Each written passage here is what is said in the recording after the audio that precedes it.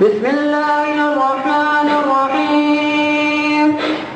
وإن ربك هو يحشرهم إنه عليم عليم. ولقد خلقنا الإنسان من صلصال من حمإ مسنون والجان خلقناه من قبل من نار السموم.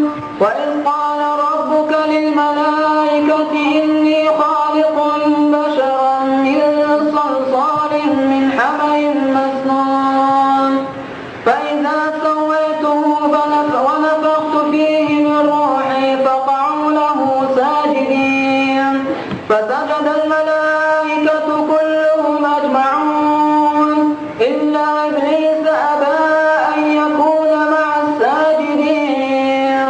قال يا إبليس ما لك ألا تكون مع الساجدين؟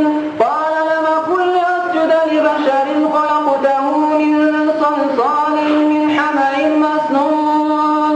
قال فاخرج منها فإنك رجيم وإن عليك اللعنة إلى يوم الدين. قال رب فأنظرني إلى يوم يبعثون. قال فإنك من المنظرين